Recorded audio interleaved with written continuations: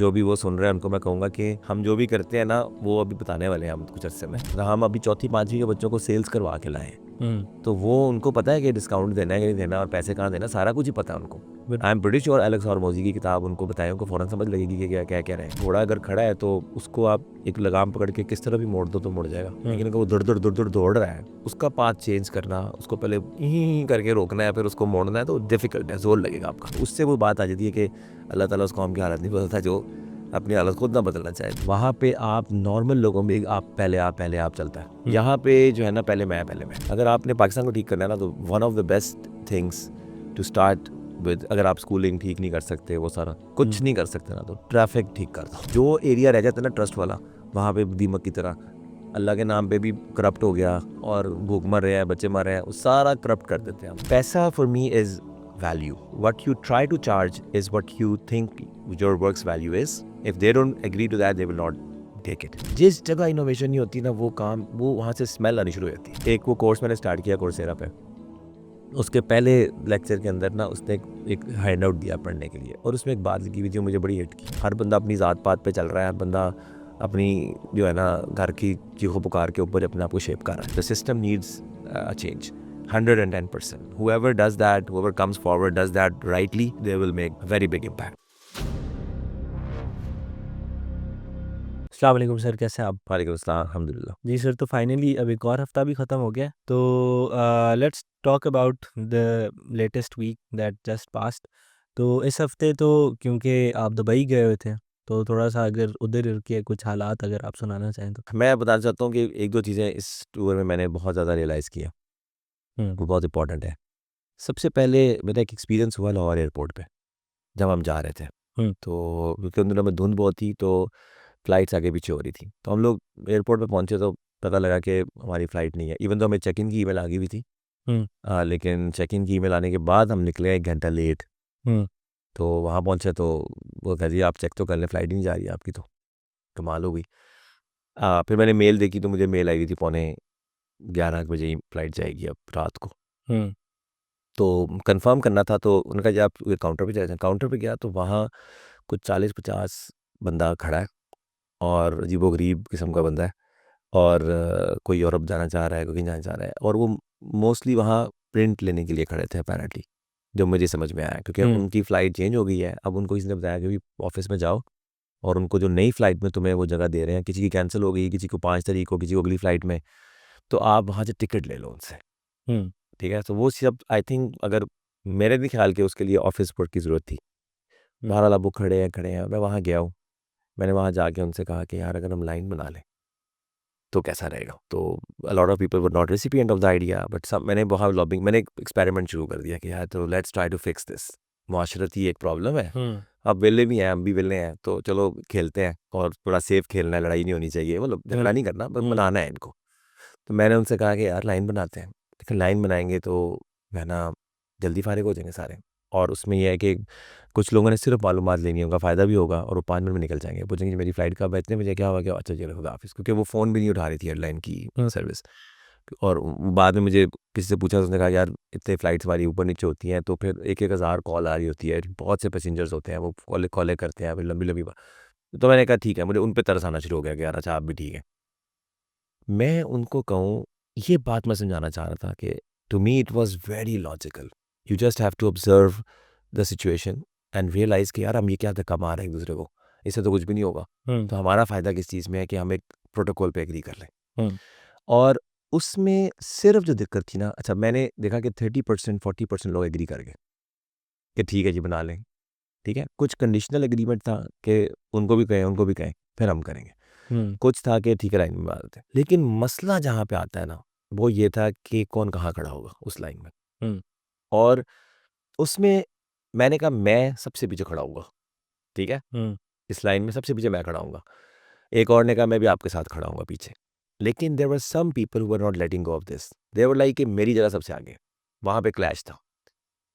जब उनसे आप पूछते हो ना तो एक जस्टिफिकेशन वो ये होती है कि वो एक अपनी पेन को ना इतना एक्स्ट्रापोलेट कर देते हैं कि मैं रात का 9 बजे का यहाँ पे हूँ, मेरे साथ बहुत बुरी हुई सारी रात।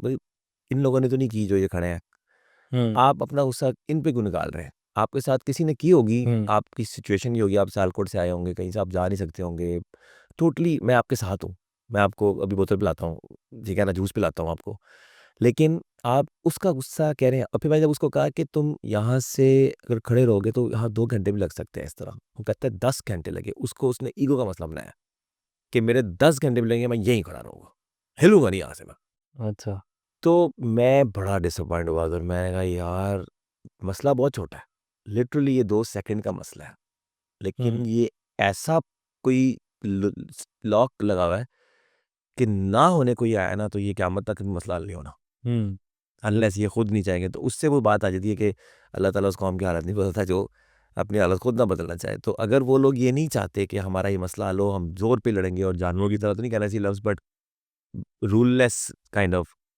तो मैं बड़ा डिसअपॉइंट हुआ। और ऑन द अदर हैंड मैंने बाहर जाके इस दफ़ा एक इंसिडेंट हुआ कि हमने एक टैक्सी मंगाई हुई थी, हम खड़े थे एक जगह पे, तो वहाँ पे एक और टैक्सी आ गई, और वो टैक्सी जो थी ना वो पहले आ गई ना, मतलब जैसे हम उधर खड़े थे तो कोई और फैमिली थी, उन्होंने देखा कि हम आगे नहीं हो रहे, तो उन्होंने हमसे पूछा नहीं और वो गाड़ी में बैठ गए। लेकिन वो बंदा गाड़ी से निकल के आया और आके उसने कहा कि आई एम सॉरी, अगर आप लोग पहले खड़े थे तो आपकी ये बारी बनती है, हम लोग चले गए, आपसे पूछा नहीं। तो मैंने उससे हम्म कहा नहीं, हमारी तो टैक्सी आ रही है तो हम इसलिए आगे नहीं हुए थे।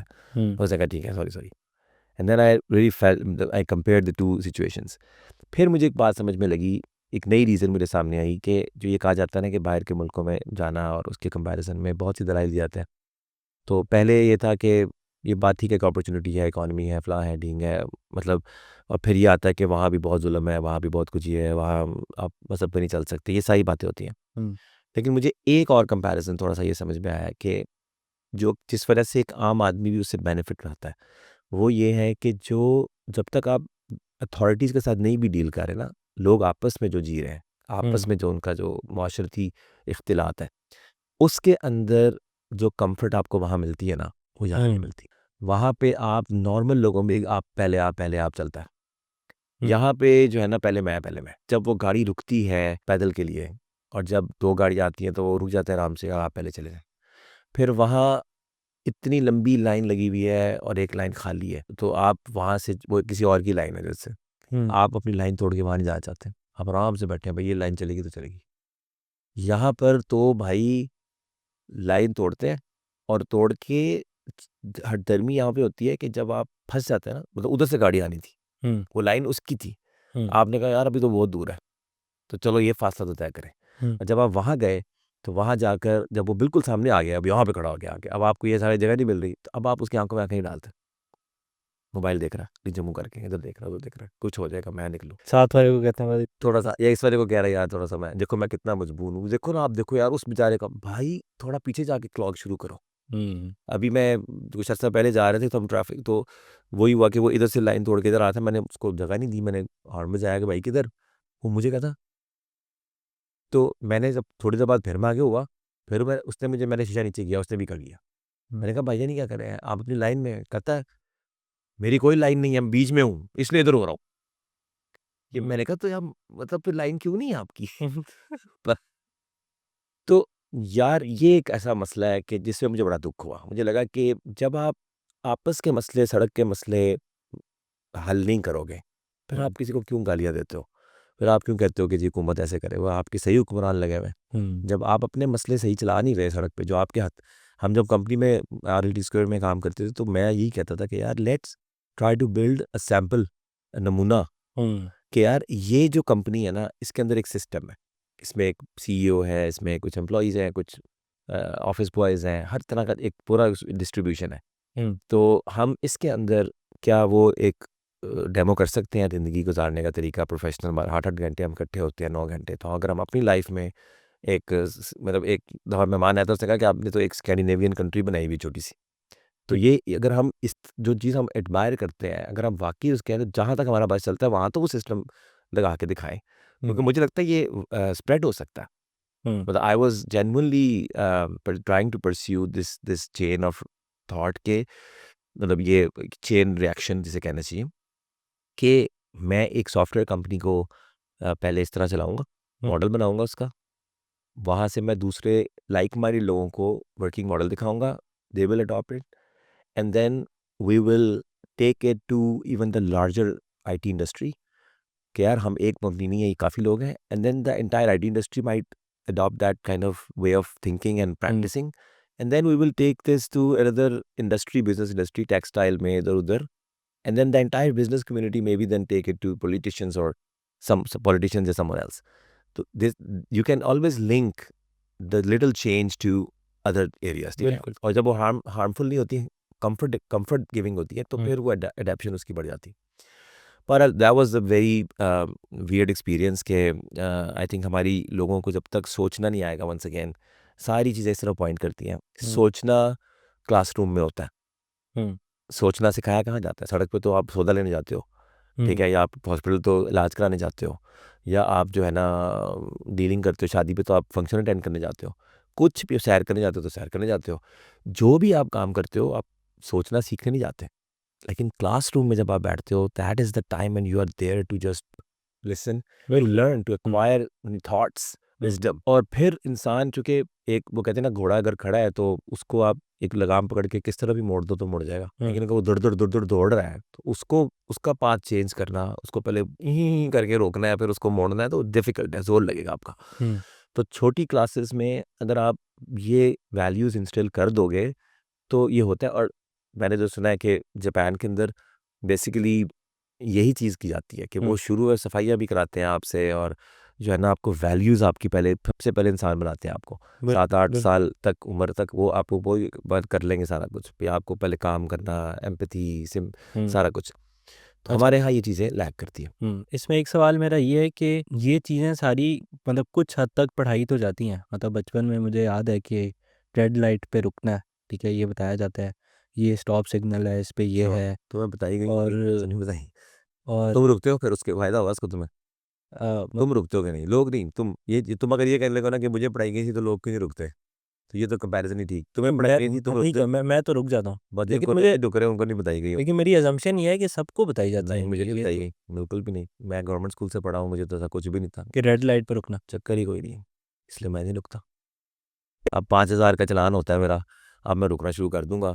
और लेकिन मेरे ख्याल से मतलब रुकने से मुराद ये है, मतलब मैं रुकता हूँ, लेकिन मतलब मेरा एक दोस्त है, वो मुझे कहता है कि एक दफ़ा वो जो जेब्रा क्रॉसिंग है उस पर जाके मेरी गाड़ी रुकती है. तो एक दफ़ा मैंने पहले रोक दी, तो वो मेरे साथ बैठा हुआ था, कहता है हाजी साहब खैरियत है, तबीयत ठीक है? तो मैं कहा यार क्यों? कहता तुम आपने गाड़ी पीछे रोक ली है. तो उस मुझे नहीं पता था कि मैं ये करता हूँ, बिहेव मतलब बस होता है कि एंड तक पाकिस्तानी थिंकिंग है ना, एंड तक चले जाओ. और बाय द वे मैं ये समझता हूँ कि मैंने एक बात पहले भी हम डिस्कस करते थे कि अगर आपने पाकिस्तान को ठीक करना है ना, तो one of the best things to start with, अगर आप स्कूलिंग ठीक नहीं कर सकते, वो सारा कुछ नहीं कर सकते ना, तो ट्रैफिक ठीक कर दो. यानी वो एक ऐसी तरबियत गाह है ना सड़क, जिसमें से हर कोई 2 घंटे लगा के गुजर रहा है. अब वहाँ उनको तमीज़ करनी पड़े ना, अगर कि बेटा यहाँ लाइन भी तोड़ोगे तो देखा तो ऐसा होता क्या. तो वो पैसे वो एकदम वो जब वहाँ का असर मेरा घर तक जाएगा, मतलब शायद. तो इसलिए मैं प्रिंसिपल इस हक में हूँ कि चालान महंगे होने चाहिए और सारा कुछ आना चाहिए. उसमें निटी ग्रिटीज ठीक है, कब होना चाहिए, कब नहीं, कब छोड़ देना चाहिए, कितनी वार्निंग होनी चाहिए, वो मैं एक प्रिंसिपल की बात कर रहा हूँ. अच्छा, इसमें जो बेसिक चीज़ें हैं, फॉर एग्जांपल कि मतलब लाइन, ये तो इंसान को वैसे ही पता है बात कि यार लाइन में अगर मेरी जगह पीछे है तो मुझे क्रॉस नहीं करनी, काटना नहीं है, इस तरह की चीज़ें तो बच्चे को पहले से ही और बड़ों को भी अंदाज़ा होता है, लेकिन वो फिर भी नहीं करते. तो उसकी वजह ये है कि जब दूसरे ना कर रहे हो ना, तो आपको एक बहुत ज़्यादा डी-इंसेंटिवाइज जो यू फील करते हो आप. मैं खड़ा हुआ हूँ, लोग मैं मुझे कभी भी लगे ना कि यार 15 मिनट का सब्र कर लो, तो फिर मुझे बारी मिल जाएगी, तो फिर मैं 15 मिनट सब्र कर लूँगा. लेकिन अगर मुझे लगेगा मुझे शाम तक बारी नहीं आएगी, तो अब क्या होगा? कोई भी मुझे कहीं नहीं कहेगा, क्योंकि जो गुजर गया उसको उसकी बला से, जो नया आ रहा है उसको काली है, तो उसको तो नहीं पता कि मैं कब से खड़ा हूँ. वो तो कहेगा यार तू खोता रहा, मैं लग जाऊँ. तो ये मैंने कहा ना, मैं फर्स्ट या यू फर्स्ट. बिल्कुल. अगर ये सब करेंगे तो उसका प्रोडक्ट को अलग, मतलब वहाँ पे लोगों को ये भी पता होता है. मतलब मुझे जब उन्होंने कहा कि आपने जो, अब आप किसी से पूछो ना बाहर की मुल्क में गाड़ी चलानी है, तो ज़्यादा एक तो वो कहेंगे पैदल वाले को जगह देनी है भाई, और एक ही होता है कि भाई चौक में आए हो ना, तो जो पहले खड़ा है उसको पहले जाने देना है. अब कितना मुश्किल काम है ये एग्रीमेंट करना कि कौन पहले आया कौन नहीं आया. तो कॉन्फ्लिक्ट तो होता होगा. उस कॉन्फ्लिक्ट का रेजोल्यूशन ये होता है कि अच्छा आप तुम्हें जाना चाहते हो, तुम पहले चले जाओ, तुम पहले ही आए होगे तो इसलिए तुम आगे आ रहे हो. ट्रस्ट की एक सोसाइटी होती है. तो ये चीज़ हमारी हमारी कौम को अंदाज़ा नहीं है कि एक ट्रस्ट वाले माशरे में कितना ज़्यादा मज़ा आता है जीने का, कितनी कंफर्ट होती है, आप कितना सेफ और साउंड और अच्छा फील करते हो। और एक जैसा ट्रस्ट नहीं होता, वहाँ पे आप कितना कॉन्शियस होके, कितना हर तरफ से बचा बचा के, तू की कर रहे हो, मुझे को देख रहे हो, मुझे को देख रहे हो, मुझे ये बात है। अब मेरे घर के सामने एक बंदे ने आके कहा जी मुझे सीसीटीवी फुटेज देखनी है, मेरा वॉलेट गिरा है। मैंने कहा ये 2 नंबर आदमी है, तूने क्यों देखनी है, पुलिस में रिपोर्ट कराओ जाके। मैं तुम्हें कोई सीसीटीवी फुटेज दिखाऊंगी, कितना कवर हो रहा है कैमरा, कहाँ कैमरा लगा हुआ है, तू सारा मेरे घर का देख जो सिक्योरिटी, और बाद में तुम जो है ना मतलब इस तरह का ख्याल है। अब हो सकता है उसका वाकई कोई हो गया यार, मुझे शायद, but you can't trust anyone. कोई बंदा प्यासा आता है, अभी आपको जितना फ्रॉड होता है वो सारा इस चक्कर में होता है ना, ट्रस्ट खराब कर दी जाते हैं। जो एरिया रह जाता है ना ट्रस्ट वाला, वहाँ पे दीमक की तरह अल्लाह के नाम पे भी करप्ट हो गया, ठीक है ना, और भूख मर रहे हैं, बच्चे मर रहे हैं, वो सारा करप्ट कर देते हैं हम। तो क्या लोगों का तरस होता है, लोग कहते हैं दे दो बाबा फ्रॉड, इस पे भी नई नई इनोवेशन होती है। इनोवेशन करते हैं आप। सो एक तो ये बात, तो ये एक मेरी पूरी रिफ्लेक्शन थी उसमें। और again education becomes even more important, कि ये चीज़ें शुरू में पढ़ानी चाहिए और बड़े तरीके से। दूसरी बात जो मैं बात करता हूँ कि इनोवेशन, अब चूंकि एंगल आ गया ना, तो अब मैं 2 चीज़ आजकल बहुत नोट कर रहा हूँ, क्योंकि मुझे लगता है कि मेरी पढ़ाई का जो डायरेक्शन बन रही है ना हमारे विजन की, जो हम स्कूल में करना चाहते हैं, वो ये है कि एक तो इनोवेशन का एस्पेक्ट और एंटरप्रेन्योरशिप का एस्पेक्ट समझाना है। दूसरा जो चीज़ समझानी है वो ये समझानी है कि पैशन डिस्कवरी। तो तुमसे भी बात कर रहा था, ठीक है ना, कि मैं बहुत ज़्यादा देखता हूँ कि यार एक बंदा बाय डिफ़ॉल्ट क्या करता है, उसको ऑब्ज़र्व करना, कि यार ये जब उसको छुट्टी मिलती है तो कहता है यार चलो मैं फ़ारिग हूँ, मैं ये कर लेता हूँ। वो काम उसको हर वक़्त करना चाहिए, क्योंकि वो करना वो चाहता है, क्योंकि कोई चीज़ उसको करने नहीं देती।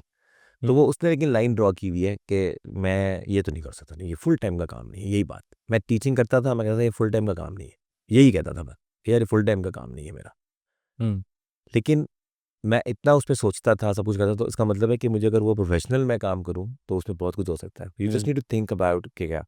और दूसरी बात है कि इनोवेशन का क्या सीन है। अब मैं वहाँ गया एक जगह पे, तो मैंने कहा जी चार्ज करना है मैंने मोबाइल। होता है ना कि रेस्टोरेंट में गया है, चार्ज करना है, कई लोग कहते होंगे। तो उसने मुझे कहा कि चार्जर तो नहीं है हमारे पास। तो मैंने कहा अच्छा, हाँ वो मशीन है। मैंने कहा क्या हुआ? मैं गया तो वहाँ एक मशीन पड़ी हुई थी, 10 दिरहम आप दें और फास्ट चार्जर। तो अब उन्होंने एक सिस्टमाइज उसको सिस्टम बना दिया उसका। फिर मैं जूतों की दुकान पे गया, तो कितनी दुकानों में मैं गया हूँ अक्सर मॉल्स में, वहाँ पे एक मशीन पड़ी हुई थी स्कैनर वाली। आप उस पर खड़े हो, आपका वो डेटा लेता है। डेटा लेने के बाद पूछता है सारा, उम्र वगैरह सब कुछ पूछता है। पाँव आपने रखे हुए, वो पाँव स्कैन करके आपको मिलीमीटर्स में आपका साइज़ बताता है। एक नया तरीका आ गया। कुछ और भी उसमें मतलब साइज़ में मुझे फ़र्क पता चल गया दोनों पाँव का, कि मेरा पाँव एक दायां वाला जो है ना 2 मिलीमीटर बड़ा है, ठीक है, बाएं वाले से। तो उसने मुझे कहा कि आपने जब भी ट्राई करना है दाएं वाला करना है, ताकि ये इसमें मसला होगा फिर आपको, अच्छा, तो बड़े वाले को आप सेट करें। मतलब इस तरह की चीज़ें वैल्यूएबल डेटा वैल्यूएबल मिल गया। या। तो अब होता यही है कि आप बेसिकली मेरे नज़दीक इंसानों को फ़ायदा पहुंचाते हैं, और बदले में उन्हें जो वैल्यू मिलती है, यूनिवर्सल वैल्यू, मैंने तुम्हें फ़ायदा पहुंचाया, मैंने तुम्हें पेन बेचा है, तुमने मुझे पैसे देकर एक ऐसी चीज़ दी है जो सारी दुनिया एक्नॉलेज करेगी कि मैंने तुम्हें फ़ायदा पहुंचाया था। क्योंकि अगली दफ़ा मैं जाके कहता हूँ भाईजान ये मोहम्मद साहब ने मुझे फ़ायदा, मैंने उनको फ़ायदा पहुंचाया था, तो मुझे आप ये दे दें। वो कहते हैं अच्छा यार ठीक है। मतलब इस तरह मैं देखता हूँ। तो पैसा for me is value. What you try to charge is what you think your work your work's value is. If they don't agree to that, they will not take it. No matter what you charge, they are not willing to, then it's not meaningful. Even if they are not willing to take it for free. कहते हैं आजकल तो चपेट भी कोई free नहीं मारता। तो वो यही बात है कि इसका मतलब आप चपेट मतलब फ्री में कुछ भी नहीं हो रहा, ठीक है, काम ही नहीं करने वाला। बिल्कुल। आप ये चीज़ सिखा दें। और दूसरी बात ये है कि उसके बाद उस वैल्यू का जो लेवल है उससे एक लेवल आगे, जो वैल्यू लेवल है आप ऐसे करते हैं, हम आपको ऐसे करके दें, आप ऐसे करते हैं, हम, तो इंसानों का फायदा होता है इसमें। तो innovation is all about improving. जिस जगह इनोवेशन नहीं होती ना, वो काम, वो वहाँ से स्मेल आनी शुरू हो जाती है। कोई भी चीज़ हो, आप कोई भी चीज़ हो जहाँ पे चीज़ें चेंज ना हो रही, 15-20 साल 300 साल से एक ही चीज़ चल रही है, तो वो चीज़ ख़राब हो जाती है। सो इनोवेशन एंड एंटरप्रेन्योरशिप, मैंने वो वहाँ पे बहुत चीज़ें और छोटी-छोटी चीज़ों में बहुत चीज़ें देखी हैं कि किस तरह वो सिस्टम बनाते हैं, किस तरह से उन्होंने काम किया हुआ है। छोटी-छोटी प्रोडक्ट्स देखते हैं, हैरान हो जाता हूँ कि यार ये भी किसी ने सोचा है। अभी ट्रिमर लेके आए हैं, तो उसमें भी देखो वैराइटियाँ। तो अभी जो जो हेयर ड्रायर लेके आए हैं, हेयर ड्रायर, वो बेसिकली गर्म और ठंडा, लेकिन एक बटन और लगा हुआ है उसमें। वो ये है कि आप गर्म अगर चला रहे हैं ना, और इमीडिएट आपको गर्मी लगी है तो आप परेशान हो गया, तो वो बटन जो है ना फ़ौरन उसको दबा दें, वो आसान है दबाना। हालांकि आप नीचे वाले को यूं करेंगे वो बंद होगा, चल पड़ेगा एक दफ़ा, हल्का हो कैसे तेज, लेकिन वो टेम्परेचर को एकदम कंट्रोल करता है विदिन अ सेकंड। तो that is a use case somebody thought and put and technology. So it's all about innovation and entrepreneurship. मैं समझता हूँ कि इनोवेशन एंड एंटरप्रेन्योरशिप आज तक ये थी कि कुछ जीनियस जैसे लोग फर्स्ट आते हैं या जो कुछ लोग साइंटिस्ट बनते हैं। साइंटिस्ट बनना वर्सेस एंटरप्रेन्योर बनना is not the same thing कि आप बहुत जीनियस साइंटिस्ट बन जाए और जो बहुत ही ज़्यादा हार्ड वर्किंग है तो मतलब इस तरह की चीज़ एंटरप्रेन्योर बन जाए, नहीं। Entrepreneurship I think is has to be default. अच्छा। Yes, you try to do something. देखो, तुम अपना एक बिजनेस खड़ा करते हो तो तुम कोई प्रॉब्लम सॉल्व कर रहे हो, ठीक है। हर कोई अगर अपना बिजनेस खड़ा करे तो इसका मतलब हर कोई प्रॉब्लम सॉल्व कर रहा है, और अगर वो सक्सेसफुल है इसका मतलब है कि उसने कुछ ना कुछ तो सक्सेस दी है ना लोगों को। अब तुमने जो काम किया अगर वो तुम ही कर सकते हो तो तुम्हें वो और लोगों को भी करवाना है और औरों को भी चाहिए। तो बहुत से ऐसे लोग होंगे कि जो उस असेसमेंट में फेल होंगे, उस मतलब उसकी प्रोडक्ट मार्केट फिट में अक्सर फेल होते हैं लोग, क्योंकि कई पैरामीटर्स ऐसे हैं जो हमें पता नहीं चलते। फेलियर्स तो होंगे लेकिन अंडरस्टैंड करेंगे बिजनेस को और वैल्यू को, तो उसमें से निकले। फेल होते हैं तो किसी को ज्वाइन करेंगे तो फिर उसका चलता वक्त जिसमें सारे वेरिएबल सेट हो गए हैं उसके अंदर मिलके उसको ग्रो करेंगे। तो ये तरीका होना चाहिए बाय डिफॉल्ट। अभी हम क्या करते हैं, हम वही काम करते हैं, सबको वेव्स के पीछे भगाते हैं। जो वेव चल रही है उसमें सबको डाल देते हैं। क्या सोचते हैं, वेव का मतलब क्या है कि कोई ऐसा टेक्नोलॉजी आ गई है, कोई ऐसा तरीका वारदात आ गया है कि जिससे आपको अब ऑब्वियस नीड्स होंगी, लेकिन वो हमेशा डिमांड सप्लाई के रूल पे चलती है। जब डोमेन डीएनएस वगैरह आई थी, डोमेन नेम, तो उस वक्त लोगों ने एक बिजनेस अपॉर्चुनिटी खुली होगी ना कि यार डोमेन खरीद लो, कल को किसी को चाहिए होगी, वो बेच के इतने पैसे कमा लेना। कितना अरसा, कितने नाम, तो वो इवेंचुअली एग्जॉस्ट हो गई होगी। उसके बाद किसी और को लगी यार डोमेन खरीद लो, वो ढूंढता जा रहा है, उससे कुछ मिलेगा ना। ऐप्स जब आई थी, शुरू में कोई भी गेम नहीं थी, तो हम भी शुरू में, मैं स्टॉप वॉच की एक गेम सोचा था वो बना दो। आईफोन आया था नया नया कि स्टॉप वॉच ऑन करो, अब आपने 10 से पहले रोकनी है, 50 से पहले रोकनी है, ऑन करो ऑफ करो, अगला टारगेट ये है, तो कितनी दफ़ा तुम मैच करते हो उसको। अब ये कोई भी गेम, अब हो सकता है इसकी 4 वर्जन बड़े हों कहीं पे। तो वेव का मसला रहता है टाइमिंग, और वेव फैलते फैलते जब तुम तक पहुंची है ना, जो जो बैठा सोया हुआ था उसको भी उठा के किसी ने कहा कि यार बायर अपॉर्चुनिटी है, तो वो बहुत लेट हो चुका है। क्योंकि तुम तक अगर पहुंची है तो पता नहीं कहाँ कहाँ तक पहुंची होगी। जैसे अभी हम बात कर रहे थे कि ये कंपनी 300-400 मिलियन डॉलर तो कमाई रही होगी अगर अलफता में इसकी प्रोडक्ट पड़ी है लाहौर में, तो मतलब कहीं और भी पहुंची होगी। तो लिहाजा this is the default of our education system. And by the way a lot of the people have said to me कि कंटेंट बहुत अच्छा है, बातें आप बहुत अच्छी हमें समझ आती हैं, लेकिन आप करते क्या हैं, मतलब कि ये हमारी सर्विस है क्या। तो मुझे अब लगता है कि ये बड़ा अच्छा तजस्सुस है। तो जो भी वो सुन रहे हैं उनको मैं कहूँगा कि हम जो भी करते हैं ना वो अभी बताने वाले हैं हम कुछ अरसे में, ठीक है। तो उसको Stay हम tuned. कहा, क्योंकि हमारे पास नाम नहीं था तो हम नाम के बगैर, मैं RLT स्क्वायर के अंदर तो नहीं बताना चाहता था कि मैं ये हूँ, मैं ये करता हूँ। तो ऑब्वियसली हम पढ़ाते हैं ऑनलाइन, नहीं कितने बच्चों को पढ़ाते हैं, कब क्लास होती है, आप अपना स्कूल के साथ पढ़ेंगे या स्कूल को छोड़ के पढ़ेंगे, वगैरह वगैरह वगैरह, साल में क्या पढ़ा देते हैं, कैसे पढ़ाते हैं, करिकुलम, तो वो सारी चीज़ें इंशाअल्लाह विल गोना बी लॉन्चिंग सून। और इंशाल्लाह मार्च अप्रैल तक मतलब एडमिशन्स तो हम ओपन कर रहे हैं इंशाल्लाह नेक्स्ट मंथ। तो उसके बाद वो चलेगी और फिर उसके बाद देखते हैं। बिल्कुल, बिल्कुल।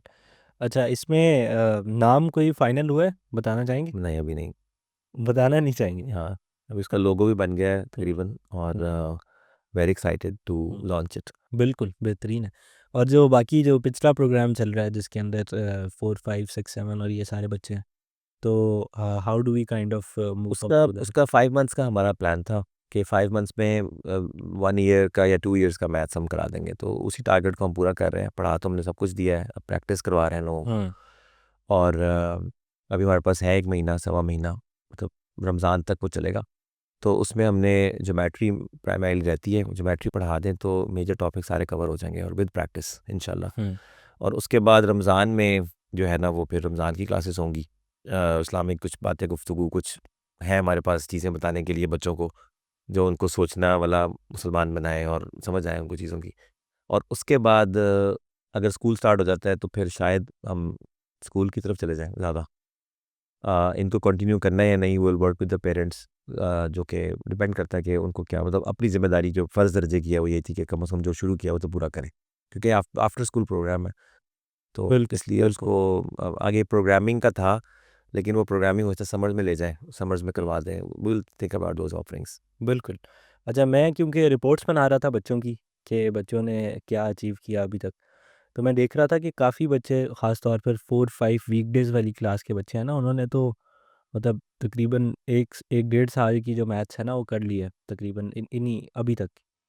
तो मैं बस ये सोच रहा था कि क्यों ना इनको ट्रैक किया जाए और देखा जाए कि अगले 15 साल में ज़िंदगी के ऐसा बच्चा जो 4 और 5th ग्रेड के अंदर ही इतना अच्छा वो कर जाता है, तो वो कहाँ जाता है?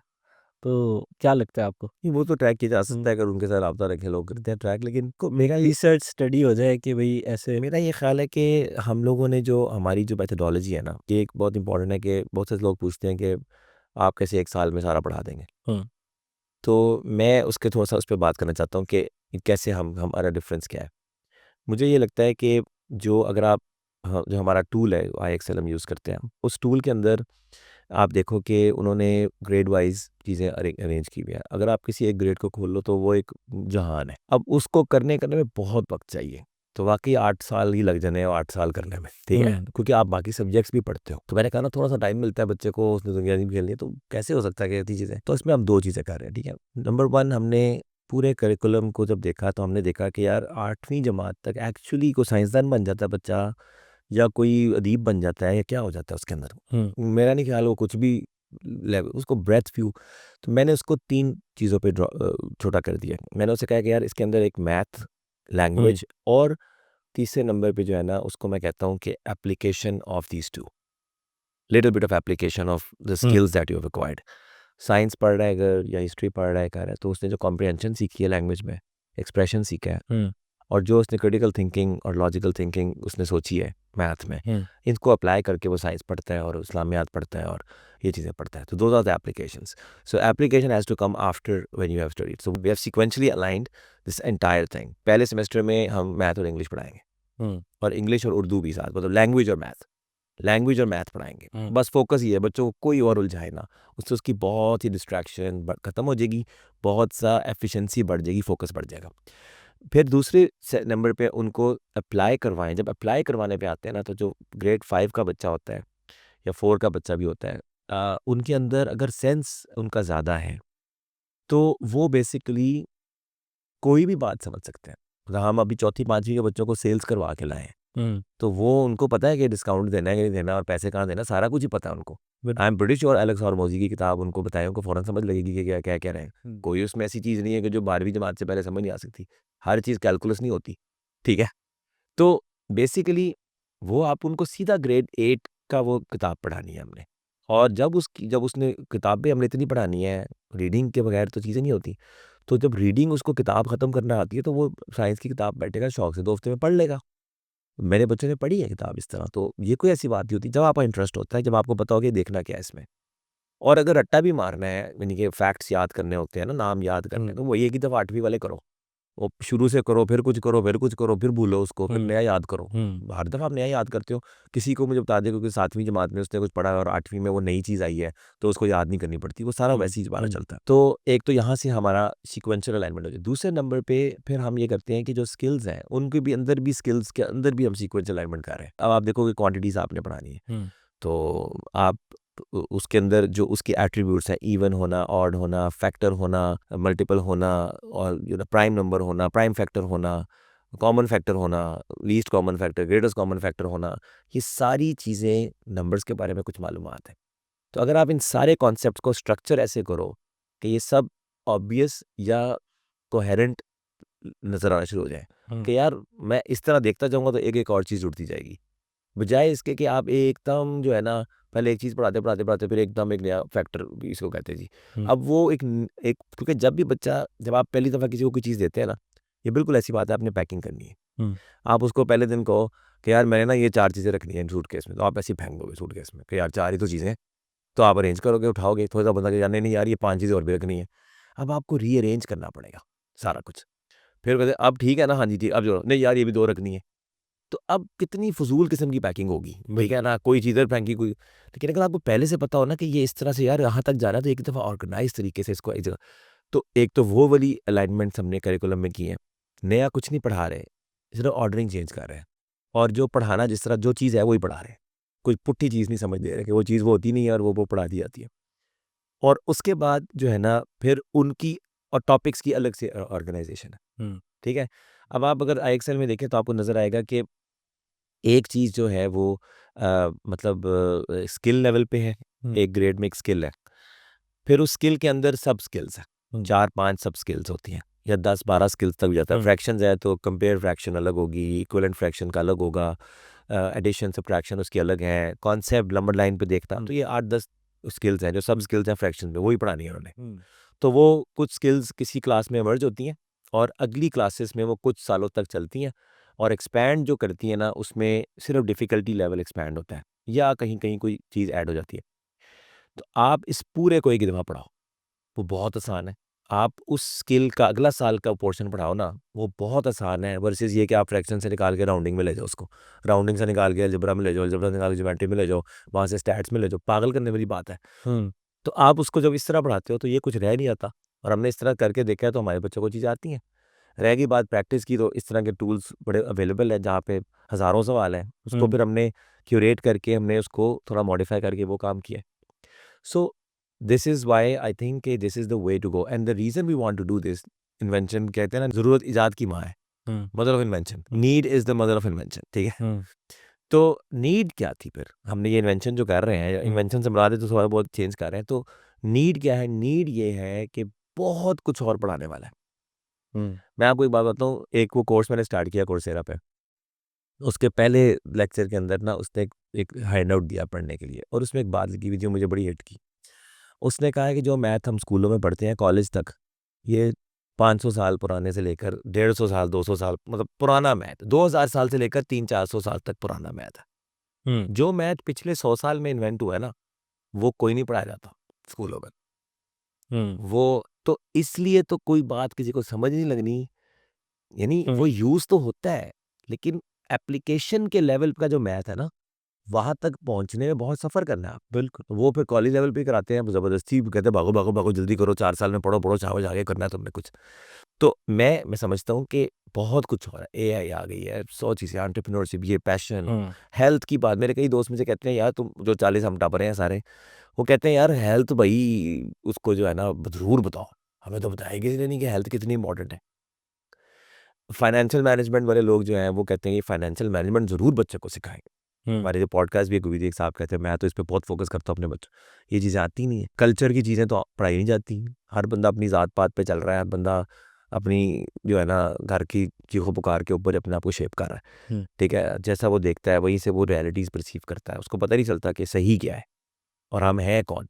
जॉइंट फैमिली सिस्टम है तो हम ये क्यों है उसको समझ नहीं आती ना, तो उसको बताना चाहिए, अपने माशरे की हकाइक बताने चाहिए, उसके फ्लॉज बताने चाहिए, ठीक है ना। आपने अपना लाइफ पार्टनर कैसे चूज़ करना है बड़े होके, उसको उसको थोड़ा ट्रेन तो करें, वरना वो कहेगा कि फलानी मूवी में तो उसने ऐसे किया था तो इससे जो है ना शादी होती थी तो मेरी तो नहीं वैसे होने लगी तो मैंने वही करना है, तो फिर उसको समझ नहीं आएगी। तो ये चीज़ें कब पढ़ाएंगे? जब आप 5 साल उसके इसी काम पे लगा देंगे।